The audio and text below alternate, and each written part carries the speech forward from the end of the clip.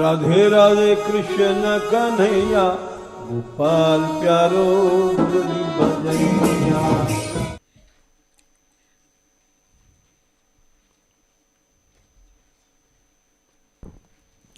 जय श्री राधे, जय श्री राधे।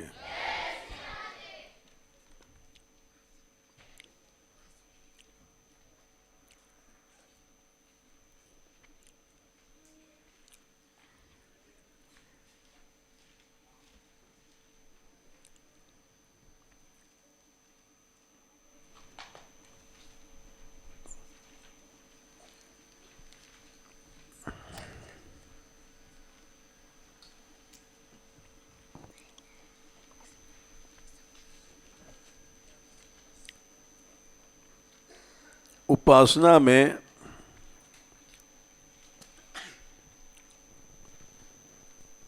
प्राकृत भाव न आवे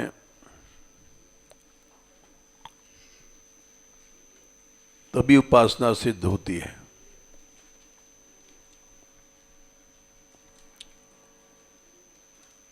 चाहे मूर्ति पूजा हो, चाहे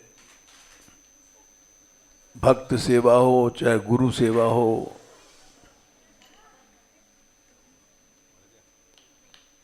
वैष्णव सेवा हो या धाम है,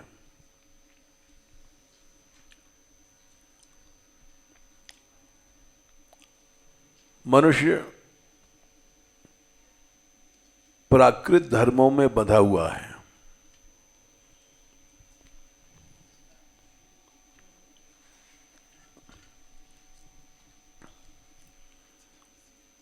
और प्राकृत भाव ही बाधक होते हैं।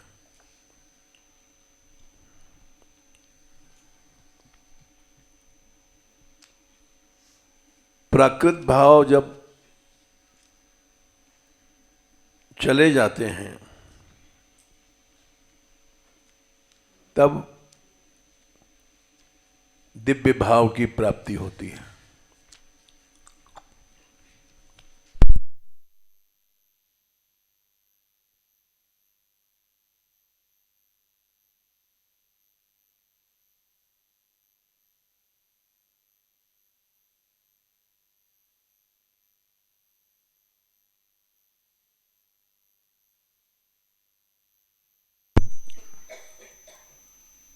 आप विराजते हैं।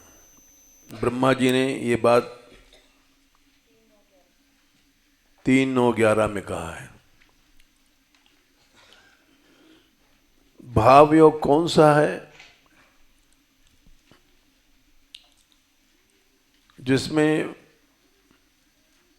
प्राकृतत्व चला गया।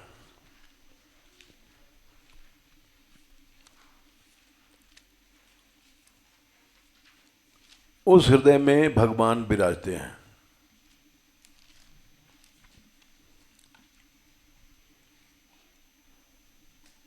वो भाव कैसे आएगा? क्योंकि अनुभव तो हमको प्राकृत भाव को हो रहा है।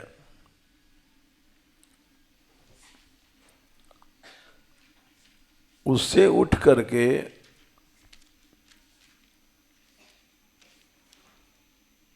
जो अनुभव में नहीं है, अप्राकृत है,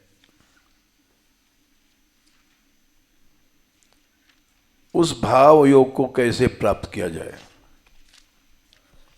ये हम लोगों के सामने समस्या है। हम लोगों के सामने नहीं, संसार के सभी जीवों के सामने समस्या है।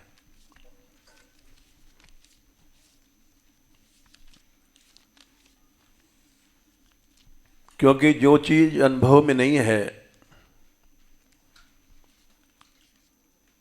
अनुभव तो प्राकृत भावों का है।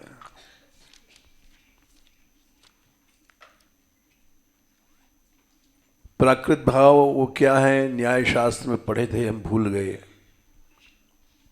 मूर्तत्व आदि कोई चीज मूर्त है, जड़ दिखाई पड़ रही है,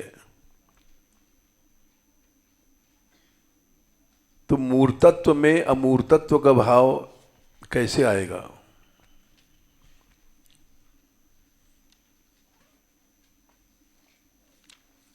इसी समस्या का उत्तर इसी श्लोक में दिया गया है।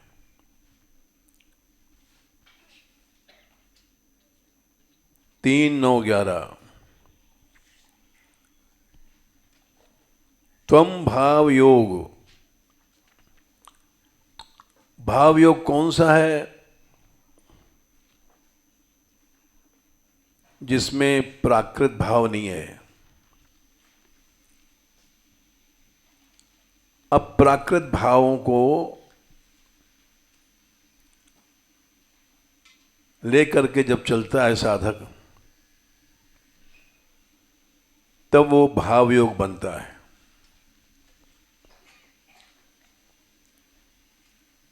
और उससे हृदय परिभावित होता है।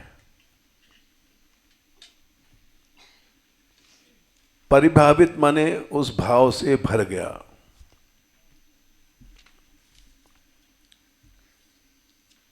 उससे क्या हुआ? हृदय कमल बन गया, हृत सरोज। इसके पहले वो कमल नहीं बना था।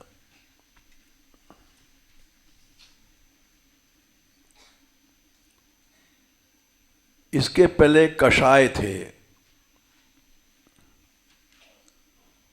जब तक कषाय होते हैं तब तक उपासना की सिद्धि नहीं होती।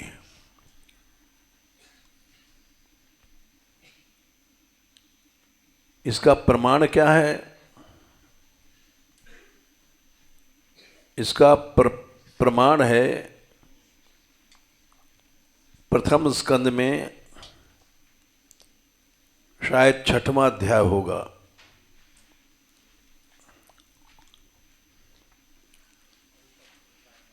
हाँ,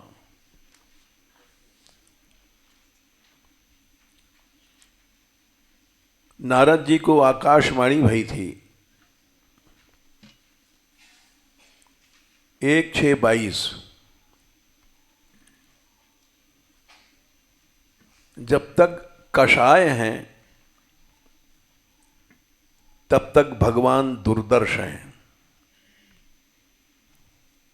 दिखाई नहीं पड़ेंगे।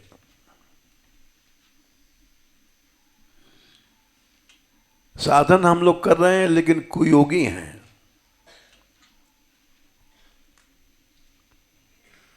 कुयोगी कहते हैं जिसके अंदर अभी कुछ कषाय है, साधन तो कर रहा है।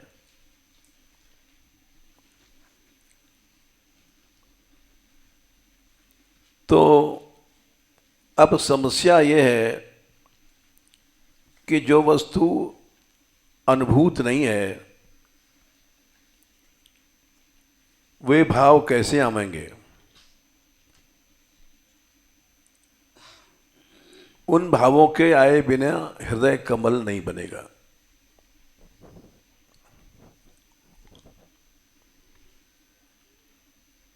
तो उसका उत्तर दिया उन्होंने, ब्रह्मा जी ने, त्वं भावयोग परिभावित हृत्सरोज आस्से श्रुतेक्षित पथो।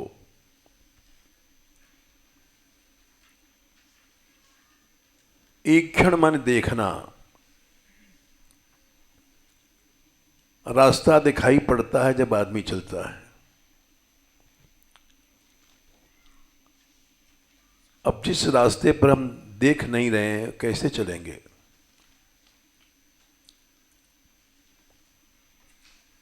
रविन्द्रनाथ टैगोर ने भी इस समस्या को समझा था और उन्होंने अपने गीतांजलि के इसमें ट्रांसलेशन में लिखा है, we walk by faith not by eyes.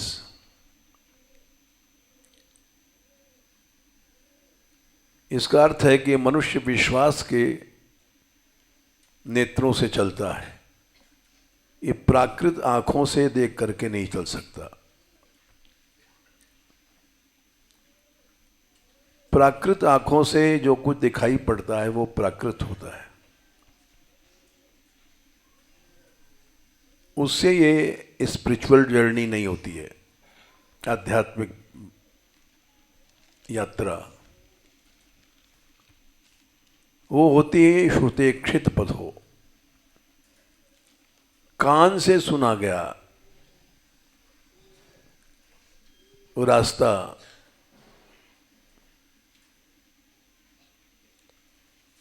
इसलिए उस कान से सुने भये रास्ते को, कान से सुना क्या है, शास्त्र कह रहा है, त्वम भावयोग परिभावित हृदय सरोज।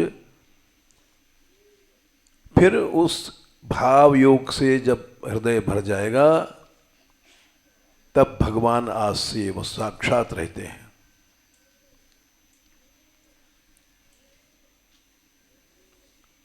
और उस हृदय में भगवान वैकुंठ छोड़ करके आ जाते हैं।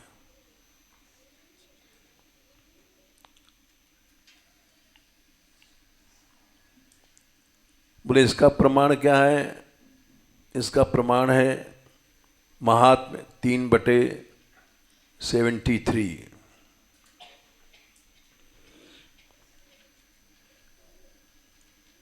सकल भुवन मध्ये निर्धनास्तेपि धन्या निवसति हृदयेषाम श्री हरेर भक्ति रेखा। उस हृदय में भगवान हरिरपि निजलोकम सर्वथा तो विहाय, बिल्कुल छोड़ देते हैं। सर्वथा माने सब प्रकार से छोड़ देते हैं। ऐसा नहीं कि आए लौट गए, टेम्परेरी आना नहीं होता है भगवान का। भगवान आए, परमानेंट आ गए। और आने के बाद वहाँ भगवान जैसे कोई कैदी जेल खाने में बंद कर रहता है, वैसे प्रविशति हृदय तेषाम भक्ति सूत्रोपनद्ध।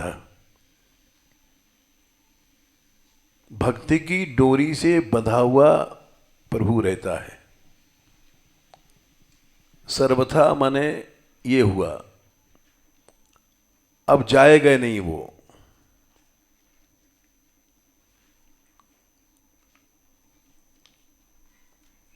और इसी बात को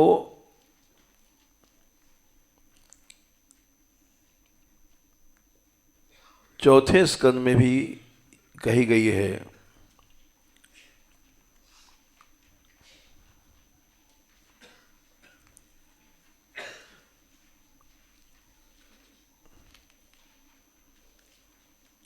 कषाय जब चले जाते हैं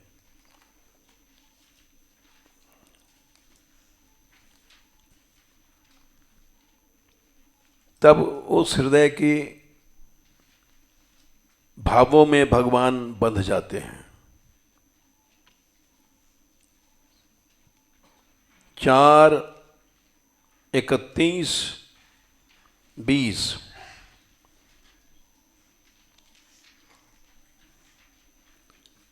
कषाय क्या है? ये ऐषणाएं कषाय है। हम लोग घर छोड़ के आए, अपने आप को त्यागी समझते हैं। स्त्री छोड़ा, बेटा बहू छोड़े, लेकिन लोकैषणा बनी हुई है। साधु बनने के बाद भी लोकैषणा क्या है? महंत, श्री महंत, जगत गुरु, स्थानधारी, प्रसिद्धि, व्यास बने और व्यास के पहले छपा जाए शुकावतार, व्यासावतार। ये ऐषणाएं बनी रहती हैं।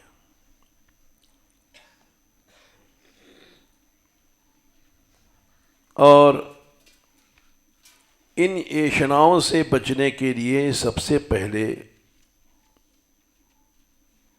ब्रह्मा जी ने सबसे पहले ये बातें कही हैं।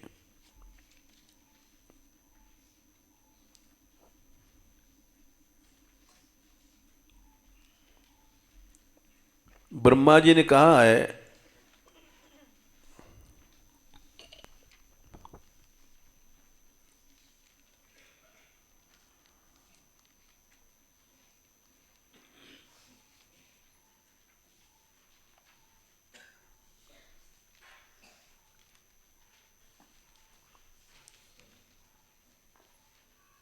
दो 5 12। अरे भाई, मैं साक्षात गुणावतार हूं, संसार को बनाता हूं, ब्रह्मा हूं, लेकिन लोग हमको जगत गुरु कह देते हैं। ये भगवान की माया है।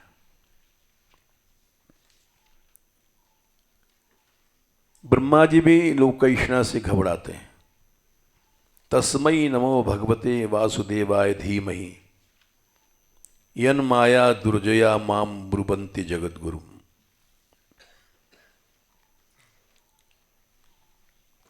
मैं जगद्गुरु कैसे हो जाऊंगा? जगद्गुरु की टाइटल लेने वाला तो इसी के नीचे 13वां श्लोक है। विलज्यमानया यस्य स्थातुम इक्षापथे मुया विमोहिता विकथन्ते ममाहम इति दुर्धिया। दुर्धि मने दुष्ट बुद्धि।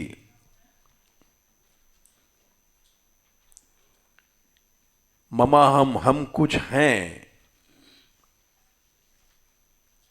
ये मेरा है।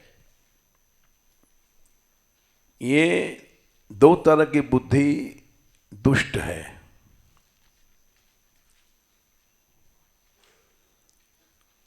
ये दुष्ट बुद्धि जीव में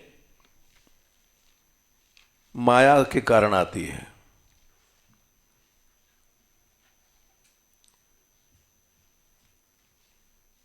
जो माया से मोहित हैं, विमोहित हैं, वही ऐसे विकथनते, विकथन कहते हैं बड़ बड़ के बात बनाना। तुम जानते नहीं हम कौन हैं, तू समझता नहीं हम साधु हैं, तू समझता नहीं हम पंडित हैं, तू समझता नहीं हम भक्त हैं, हम वैष्णव हैं, तू समझता नहीं हम तिलकधारी हैं। किसी प्रकार की अहम की बुद्धि वो दुष्ट है।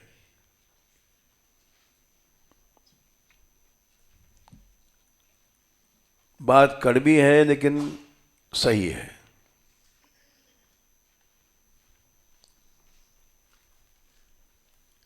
चैतन्य महाप्रभु ने कहा, ना हम विप्रो न च नरपतिर नापि वैश्यो न शूद्रो नो वा वर्णी न च गृहपति नो वनस्थो यतिर्वा। यति अगर ये साधु सन्यासी अपने को साधु समझ लेता है तो वो दुष्ट बुद्धि है।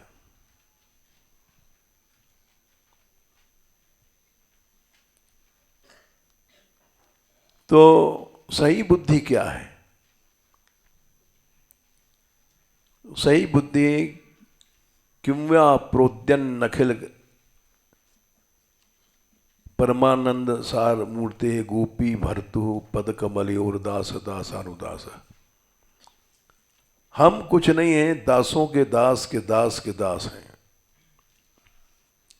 ये है तृणादपि सुनीचेन। तृणादपि सुनीचेन का मतलब कि तिनका से भी तुम ज्यादा नीच, छोटे हो, नथिंग से भी नीचे हो। अगर कोई कहता है कि वी आर नथिंग, उससे भी नीचे है कोई चीज, दैन्य।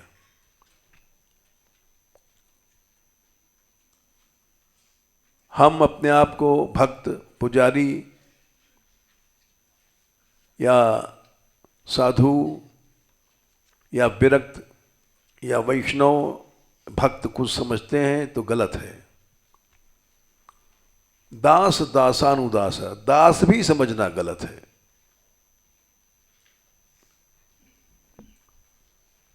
ये सब माया है।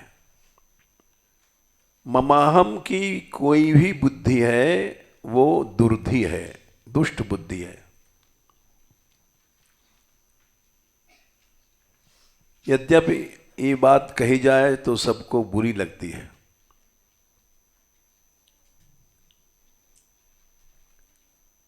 अगर तुम जाके साधु समाज में कह दोगे अपने को साधु समझना दुष्ट बुद्धि, तो सब बिगड़ जाएंगे। लेकिन अपने समझने के लिए हम लोग सत्यम प्रियात प्रियम ब्रूयात, सत्य बोलो लेकिन प्रिय बोलो। अपनी माँ को बाप की लुगाई मत कहो, बात सही है,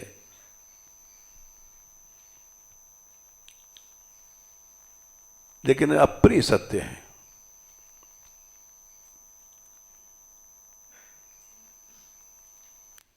दुर्धि क्या है? मम और अहम। इससे मनुष्य नहीं छूट पाता।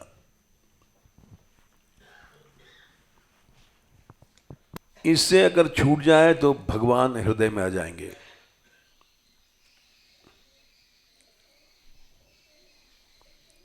इससे छूटने का मतलब है कि अपहत सकलैषणा,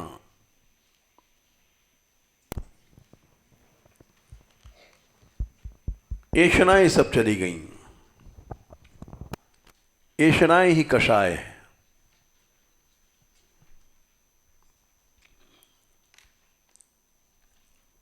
ऐषणाएं चली गईं तो अमलात्मा बन गए।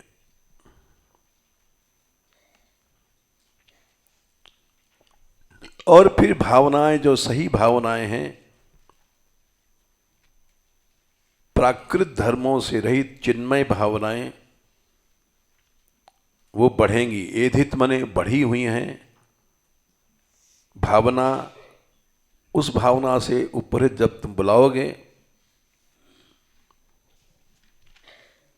तब भगवान तुम्हारे वश में हो जाएंगे।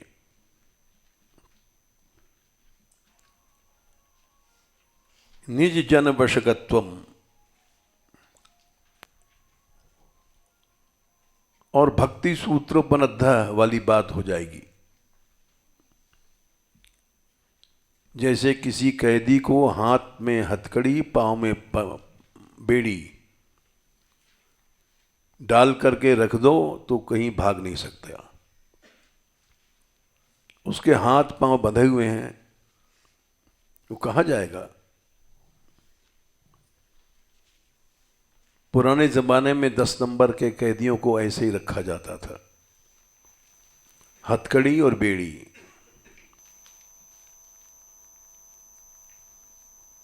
तो भगवान भी उसी तरह से भक्ति सूत्रोपनद्ध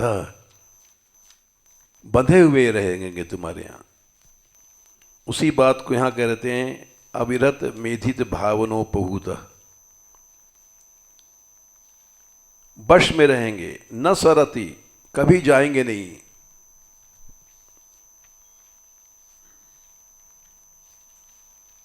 छिद्र आकाश, जैसे आकाश नहीं जा सकता कहीं से।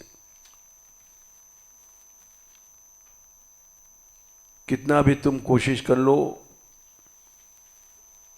पानी के गिलास फेंक दो, पानी वायु है, वायु को निकाल दो, वैक्यूम बन गया। वैक्यूम नहीं जाएगा। दुनिया की कोई शक्ति वैक्यूम से आकाश को नहीं हटा सकती।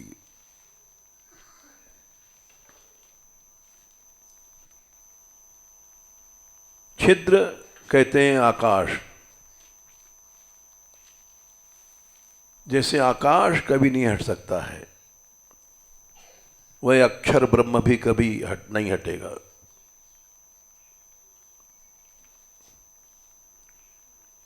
ऐषणाएं नहीं हटती हैं। हम कुछ हैं, ये बात कभी नहीं हटती है।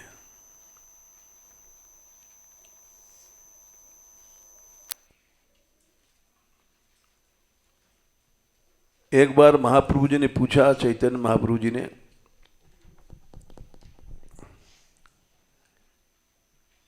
रघुनंदन जी थे भक्त, उनका एक लड़का था, वो भी भक्त था। तो चैतन्य महाप्रभु जी ने पूछा, क्यों जी, तुम बाप हो कि तुम्हारा लड़का? कायदे से पिता तो वही है जो होना चाहिए। उन्होंने उत्तर दिया, नहीं, मेरा लड़का बाप है, मैं उसका बेटा हूं। उल्टा बोल गए, लोग समझ नहीं पाए। सब दुनिया जानती है कि इसका लड़का दूसरा है और लड़के को बाप बना रहे हैं।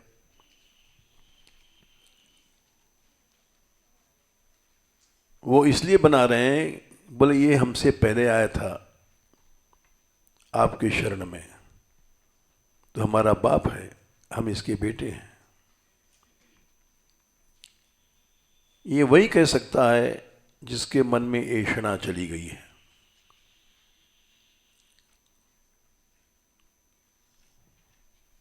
प्राकृत धर्म चले गए,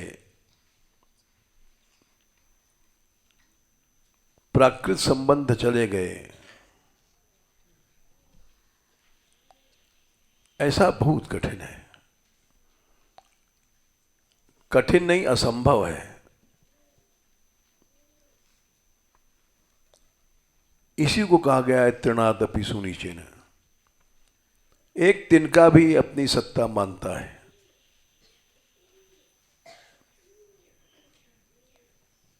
सत्ता शून्य हो जाना ये असंभव है। कितनों माला फेर लो, कितने साधु बन जाओ,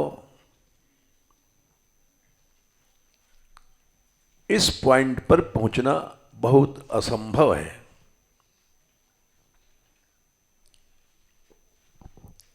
इसीलिए एक महापुरुष थे, पंडित हरिश्चंद्र जी, गहवर वन में रहते थे। 60 साल पुरानी बात है, 61 साल। हमको उनका थोड़ा सा सत्संग मिला था, 1 साल तक। 1 साल में उन्होंने एक चीज दिया हमको, जो आई तो नहीं हमारे जीवन में, लेकिन भूल नहीं सकते।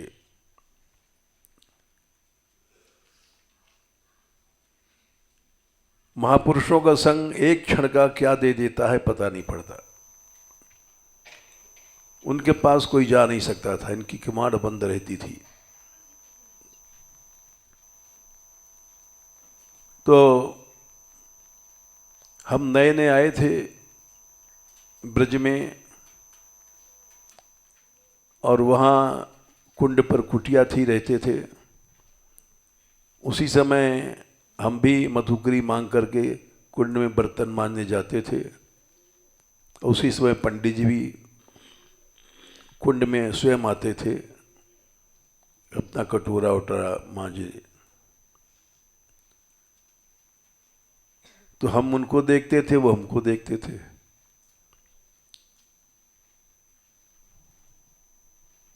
सोचते थे हम इनके पास कैसे पहुंचे, इनकी किवाड़ बंद रहती है दिन रात। और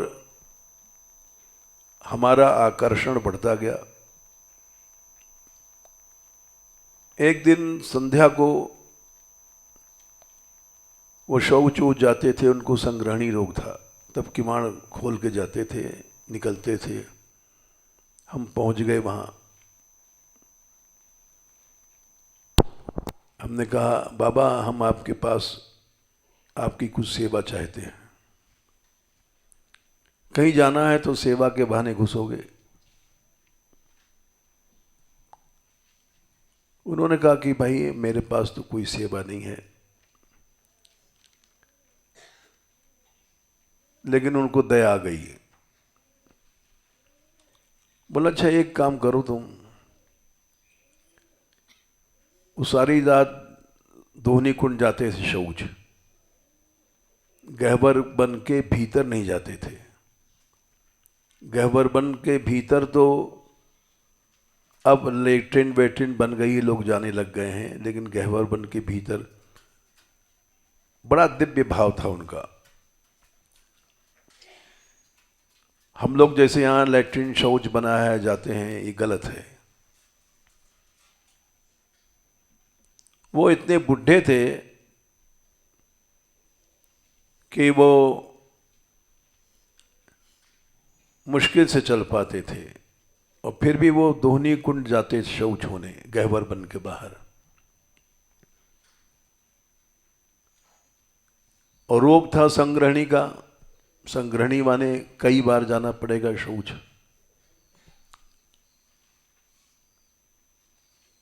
और जाड़े में ठंडा पानी रहता है,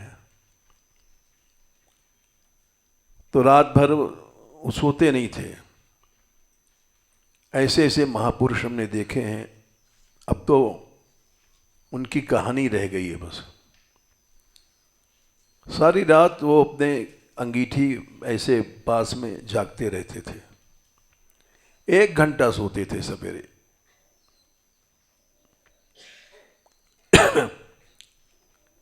ये बहुत दिन जाने के बाद हमने एक प्रश्न किया था, तो उन्होंने बताया था। हमने कहा बाबा आप क्या जागते हैं, क्या सोचते हैं? तो उन्होंने कहा देखो, विप्रलंब की भावना में हम रहते हैं।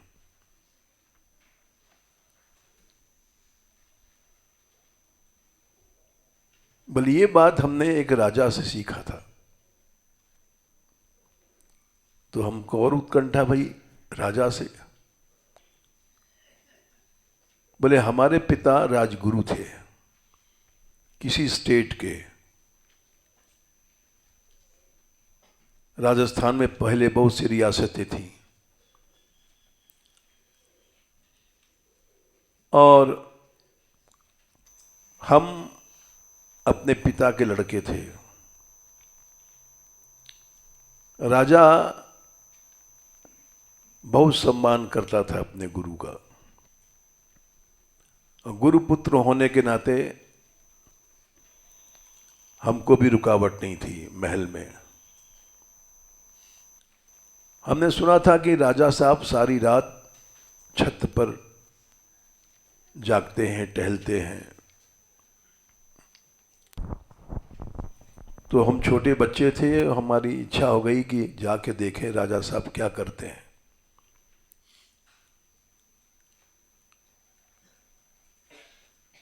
ये गए, किसी पहरेदार ने रोका नहीं, क्योंकि गुरुपुत्र थे।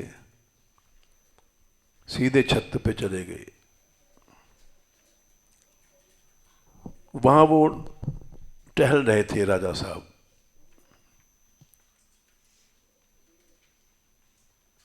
तो इनको गुरुपुत्र समझ करके बैठाला। उस समय कोई मिलता नहीं था उनसे। इन्होंने पूछा राजा साहब,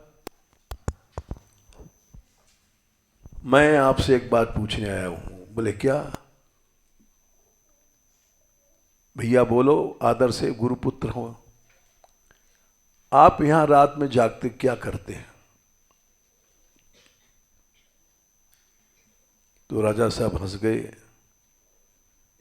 बोले तुम क्यों पूछते हो? बोले मैं पूछने के लिए आया हूं आपसे।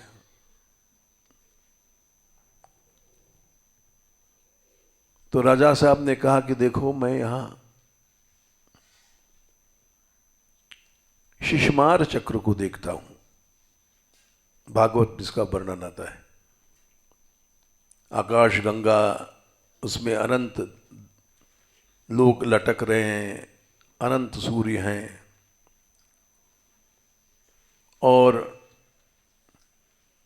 विचार करता हूं ये सब काल के अधीन है। एक एक ब्रह्मांड जैसे रामायण में लिखा है, ऊलर फल विशाल तव माया। गूलर का एक पेड़ होता है, उसमें हजारों गूलर, लाखों गूलर लगते हैं। फल ब्रह्मांड अनेक निकाया, ये अरण्य कांड में है, संख्या याद नहीं है।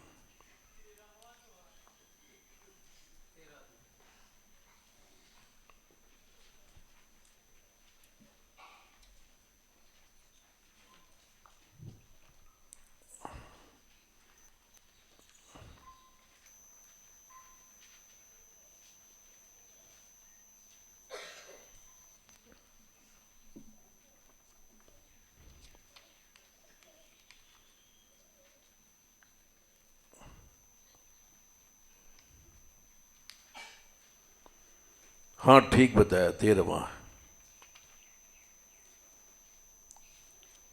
एक एक ब्रह्मांड, एक एक उस गूलर के पेड़ में फल है।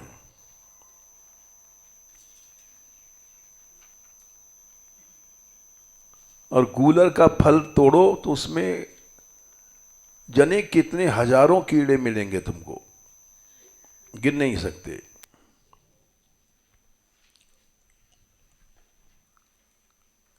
जीव चराचर जंतु समाना,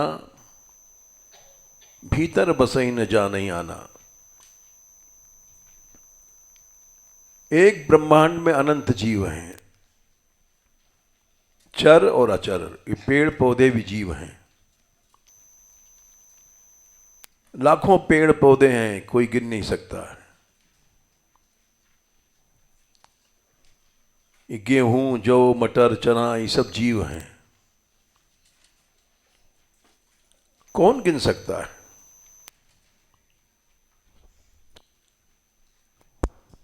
ये जंतु हैं,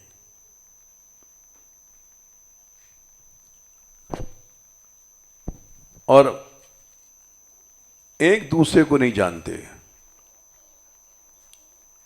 अब हम लोग यहां बैठे हैं, इस कोठरी या इस हॉल के पीछे कौन बैठा है पता नहीं, पीठ के पीछे कौन बैठा है पता नहीं।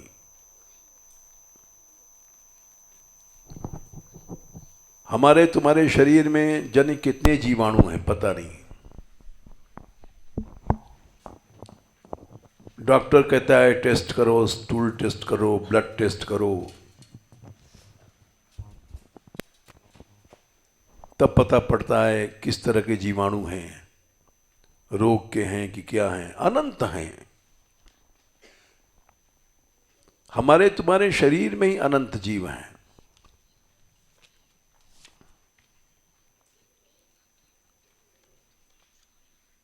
अब यहां बैठे हैं, दिल्ली वालों को क्या हाल है नहीं जान सकते, जबकि पास में शहर है। बरसाने में क्या हो रहा है पता नहीं। भीतर बसहि न जानहि आना।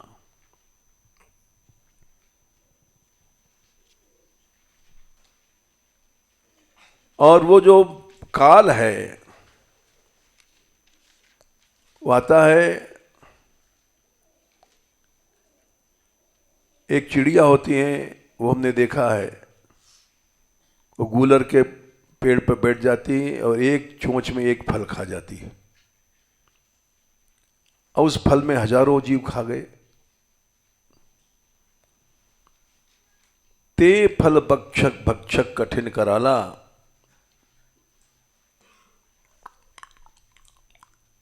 एक चोंच में एक फल खा गई तो जाने कितने जीव, अनगिनत जीव खा गई।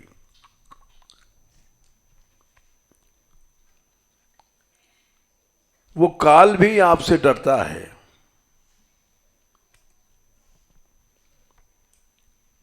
तो ये इसलिए हमने कहा कि राजा साहब बोले थे पंडित जी से जब छोटे से थे कि मैं यहां काल की गति देखा करता हूं। इससे हमको होश में रहने का हर समय सबक मिलता है। बड़ा भक्त राजा था।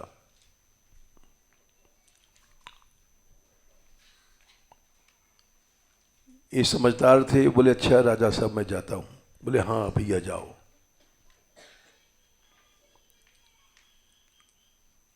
तो पंडित जी ने भी सारी रात जागते थे, विप्रलंब का व्रत लिया था। मैं बिरहणी बैठी जागूं, जगत सब सोवे रियाली।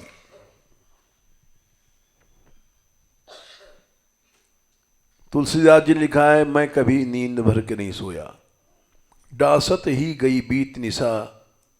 डासत पूरब का शब्द है, बिस्तर बिछाने को डासन कहते हैं। कबहू ना नाथ नींद भरी सोयो।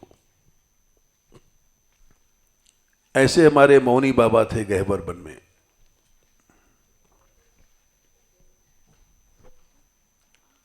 वो सोते नहीं थे, हमने स्वयं अनुभव किया। हम इधर रात में बैठते थे कभी कभी कुंड पर, तो उनकी आवाज आती थी, उसको अंग्रेजी में सोलोलिकी कहते हैं। अपने आप बात करता है जब मनुष्य।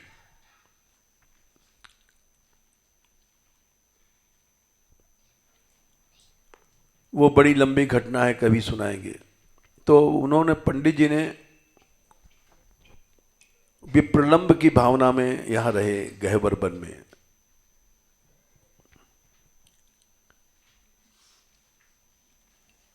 और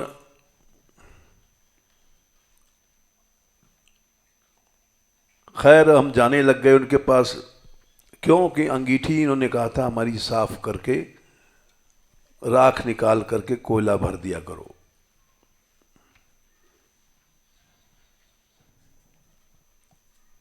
तो हम जाते थे, अंगीठी में से राख फेंका और कोयला भर दिया और पास में रख देते थे। बस इतनी देर, फिर किवाड़ बंद हो जाती थी।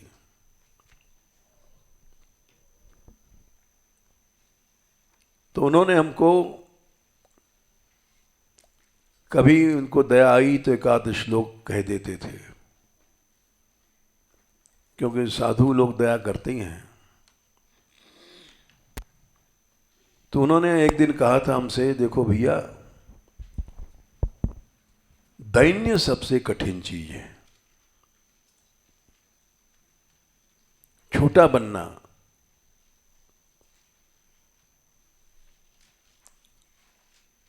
बोले इतनी बड़ी है दैन्य की कहानी कि विट्ठलनाथ जी कृष्ण के अवतार थे।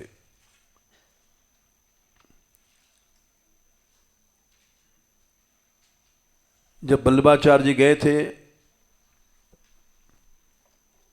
तो पंढरीनाथ भगवान ने उनको आदेश दिया था, तुम ब्याह करो। इन आचार्यों को भगवान साक्षात मिलते थे। अब सांप्रदायिक द्वेष में गौड़िया लोग चिढ़ते हैं। वो कहते हैं महाप्रभु तो केवल चैतन्य दे हुए हैं, ये महाप्रभु नहीं है। वो कहते हैं बल्लभाचार्य महाप्रभु हैं। ये सांप्रदायिक झगड़ा सब जगह है।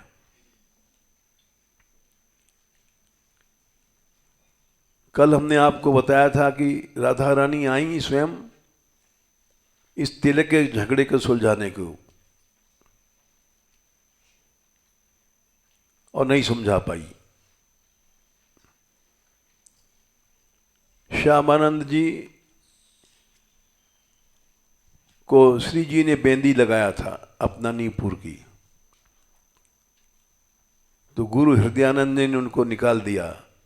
हमारे संप्रदाय में बेंदी नहीं है, तुमने क्यों लगाई, चले जाओ। तब उन्होंने कहा कि नहीं, राधा रानी ने नूपुर लगाया था, वो बेंदी बन गया है। बोले हम नहीं मानते,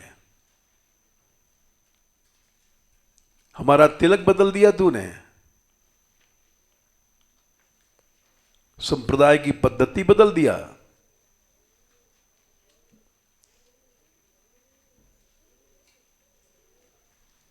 वो इसको मिटा,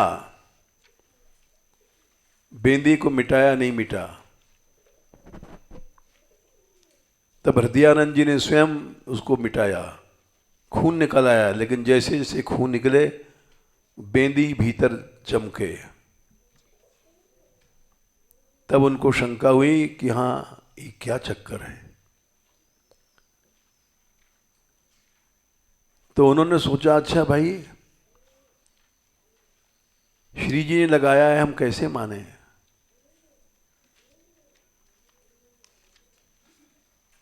कोई गवाही दे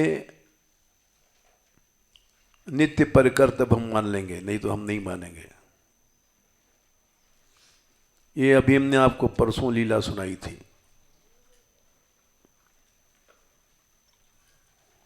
तब श्री जी आई और सिद्ध महात्माओं की बात है, और उनको सख्य भाव की सिद्धि थी। सिद्ध महात्माओं में भी सांप्रदायिकता घुस जाती है। इसके बहुत से प्रमाण हम दे देंगे आपको, चैतन्य चरितामृत से देंगे, सब जगह से हम जानते हैं।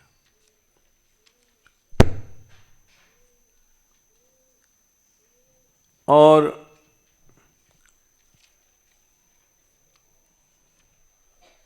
कृष्णदास कविराज साक्षात महापुरुष थे, उन्होंने चैतन्य चरितामृत लिखा है, लेकिन एक चैप्टर उनका हमारी समझ में नहीं आता है। वो लिखा है कि वल्लभ जी गए थे, वल्लभाचार्य जी अपनी सुबुद्धि दिखाने, और महाप्रभु ने देखा नहीं, बोले श्रीधर स्वामी की ही सही भागवत है। उन्होंने बहिष्कार किया। ये बातें हमारी समझ में नहीं आती। बड़ा दिव्य ग्रंथ है चैतन्य चरितामृत और कृष्ण दास कविराज, लेकिन ये सब बातें हमारी समझ में नहीं आती है। सिद्ध महापुरुषों में भी देखी जाती है सांप्रदायिकता। इसके अनेक प्रमाण हैं।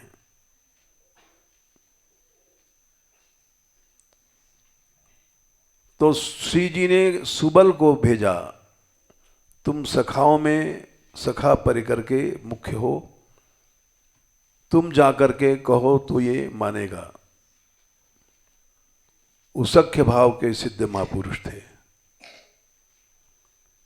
तो सुबल जी निकुंज से आए और उन्होंने तमाल के ओट के पीछे से आवाज दिया,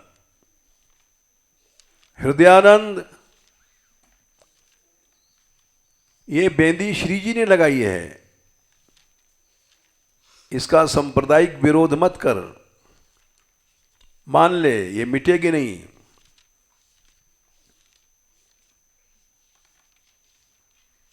तब फिर हृदयानंद जी को विश्वास हुआ। आकाशवाणी जैसी होती, बोलने वाला दिखाई नहीं पड़ रहा है, और वो आवाज सबने सुनी।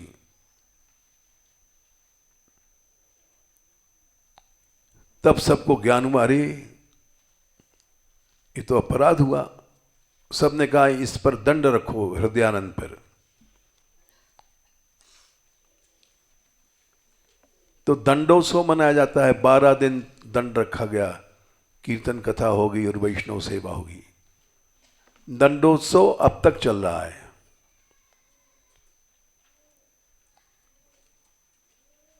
उसके बाद रसिक मुरारी जी ने उनके प्रार्थना किया कि ये गुरु जी का दंड हम भोगें, तो संतों ने आज्ञा दे दिया।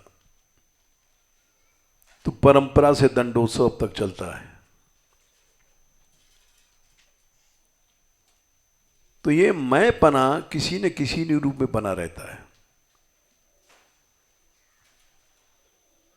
ये मैं पना किसी रूप में भी है, वो ऐषणा है, माइक है, दुर्धि है, दुष्ट बुद्धि है।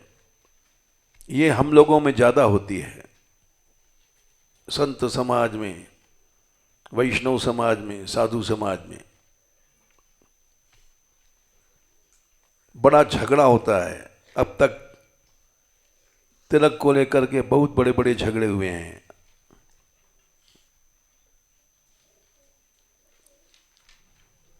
ये केवल एक वेश है, और वेश को ही हम लोग सत्य मान लेते हैं, सब कुछ मान लेते हैं, उसके पीछे अपराध करते हैं। जबकि किए हूं कुबेश साधु सन्मानु, जिम जग जामवंत हनुमानु। जामवंत जी भालू थे, हनुमान बंदर थे, न उनका कोई तिलक था न कोई कंठी थी।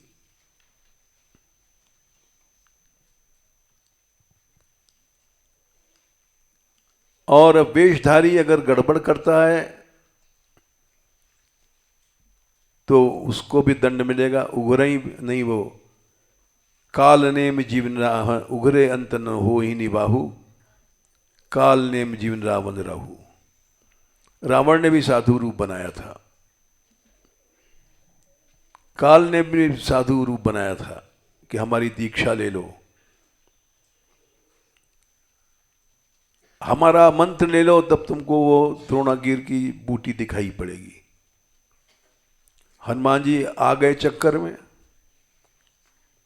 कि बड़ा दिव्य पुरुष है ये, आकाश से हम जा रहे थे, पहले जान गया कि ये हम वहां से आए हैं, तो इससे मंत्र लेना चाहिए। काल ने बोला जा स्नान कर आओ नीचे बावड़ी में। स्नान करने गए तो वहां एक मकरी थी, मगरी, मगर की स्त्री, मगरी उसने पांव पकड़ा हनुमान जी का, उन्होंने लात मारा, उसका उद्धार हो गया। उस शाप से बनी थी। तो मकरी बोली, हनुमान जी तुम किस चक्कर में आ गए हैं, ये तो असुर है, साधु नहीं है। वेश साधु बनाया इसने, इसका दीक्षा लेने जा रहे हो, ये देर लगा रहा है कि तुम जाके बूटी ना ला पाओ और लक्ष्मण मर जाएं। ओ, हम तो इसके चक्कर में आ गए थे। बोले अब देख लेंगे इसी को हम, आप जाओ। गए हनुमान जी और बोला, साधु बच्चा आ गया, बैठ जा, अब देखो तुझे मंत्र दूंगा, तेरा कल्याण हो जाएगा। पहले महाराज, पहले गुरु दक्षिणा ले लो फिर मंत्र पीछे देना। समझ गया कि कुछ इसको अंदाज लग गया क्या। बोले नहीं नहीं, अरे नहीं नहीं, पहले दक्षिणा लो। पूंछ में लपेटा उन्होंने और पटक के मार दिया गुरु जी को। ये सब कथाएं सही हैं, ऐसा थोड़ी कि गप्प लिख दिया गया है। ऐशनाएं नहीं जाती हैं, हम साधु हैं, संत हैं, ये सब झगड़ा है। ये महाप्रभु जी ने कहा है, लेकिन फिर भी लोग नहीं मानते हैं।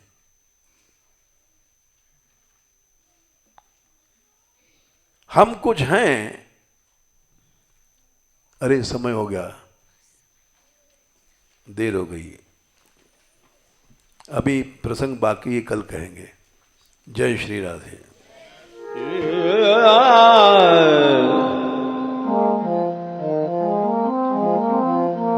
Yeah.